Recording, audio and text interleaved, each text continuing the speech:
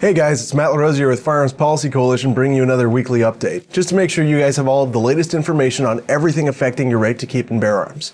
Starting off, we now know that 2019 had the highest number of NICS checks. The FBI recently announced that over the course of 2019, there was over 28 million transfer checks, and that's up 3% from the previous high of 2016. I wonder what that had anything to do with. Anyway, just in the month of December, there was over 3 million transfers, which is the second highest month of all time. So I say that's a good thing. Everyone's out there, maybe there's good deals, or more people are just realizing that the right to protect your own autonomy is important. Still, that said, 28 million, guys, we can't do 30. Come on, rookie numbers. In the Rhode Island State House, we have some politicians that are scared of, spooky ghosts. Yet again, some events happened down there. We're not sure what really went down, but the police say that they later recovered what appeared to be a 3D printed gun from a suspect's house.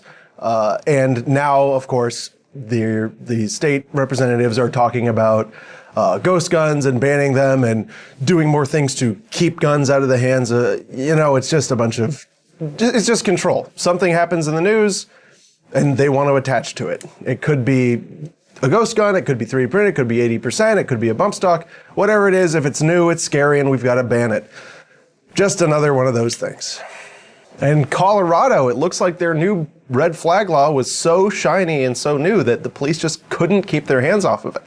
One day after it went into effect, it was used to seize the arms of an individual. Interestingly, in Indiana, the Republican-controlled legislature is pushing through SB 16, which says that any minor found delinquent who may have used a firearm in a crime as a minor will not be able to have access to firearms until they're 26 or 28. Now, to some people, this might seem like a good idea at first because, the law says it's only for serious crimes that would be considered a felony once you're an adult, but it goes pretty deep. There's a lot of serious concerns here. For one, juveniles don't get full due process rights when it comes to their criminal proceedings. They're often not entitled to a lawyer. And when they do get one, it's not treated as seriously because generally the state as well as the defense consider juvenile crimes and misdemeanors to be not that serious, so they tend to just plea out. And juveniles would have a hard time comprehending the effect on their civil rights going all the way into 28 years old. On top of that, there are other concerns. It's hard to get NICS, right? If the state is reporting this to NICS, it's hard to get NICS to then allow you to pass a background check after the fact. So that's not clear. How are they going to make sure that these people actually have their rights in practice and not just, on paper? There's a lot going on, and I think it's concerning that it's being pushed through so rapidly. These are our fundamental rights we're talking about. Kansas City is suing Jimenez Arms and several gun dealers. I don't know if you're aware of Jimenez Arms. They're a company, they make very affordable guns. They're all direct blowback, very affordable guns and have for quite a long time. What this all relates back to is a former Kansas City fire captain who has been charged already with selling firearms without a license to felons, this, that, and the other thing. Now it seems that what the city is doing is suing everyone he interacted with. That former captain had bought guns from Jimenez Arms, and the city is alleging that the gun company knowingly sent firearms to an invalid licensee, basically. They're also suing other local gun dealers that they suggest he was buying from then to resell. All I can say is this is a really sticky situation, and we are definitely going to be keeping an eye on this one. Next up, our Virginia update, because we all know there's nothing interesting going on there. State Delegate Kyle Corey has filed HB 318, which makes it a crime to bring ammunition onto school grounds. These kinds of blanket prohibitions have problems. It's unclear whether existing exemptions for concealed carry permit holders would apply.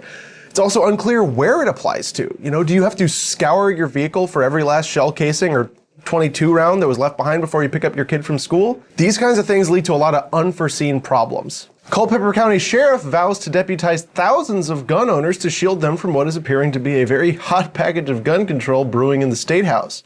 Now, while it's refreshing to see state actors trying to get behind gun owners and help them out, let's remember this isn't a permanent fix. Rights are for everybody, not just people in a special club.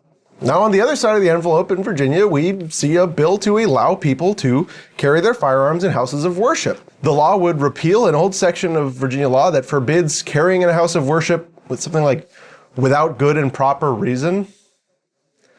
Anyway, this is obviously a good thing. Houses of worship have been soft targets for a long time, and as we've seen just last week, having people there to protect the innocent is a good idea. It's an overall public safety benefit. That said, with the climate in Virginia, it's unsure whether this will even go to the floor for a vote. Well, guys, that's it for this week. As usual, check out the description where you can find a link to the weekly update that has everything we've talked about and more, complete with links to the stories, so you can go for a deeper dive if you'd like. Keep your eyes on firearms policy. We've got new things coming down the pipe that I'm really excited to show you guys. Until next time, though, I've been Matt LaRosiere with Firearms Policy Coalition, where we're keeping up the fight for all of your rights all the time. I'll see you real soon.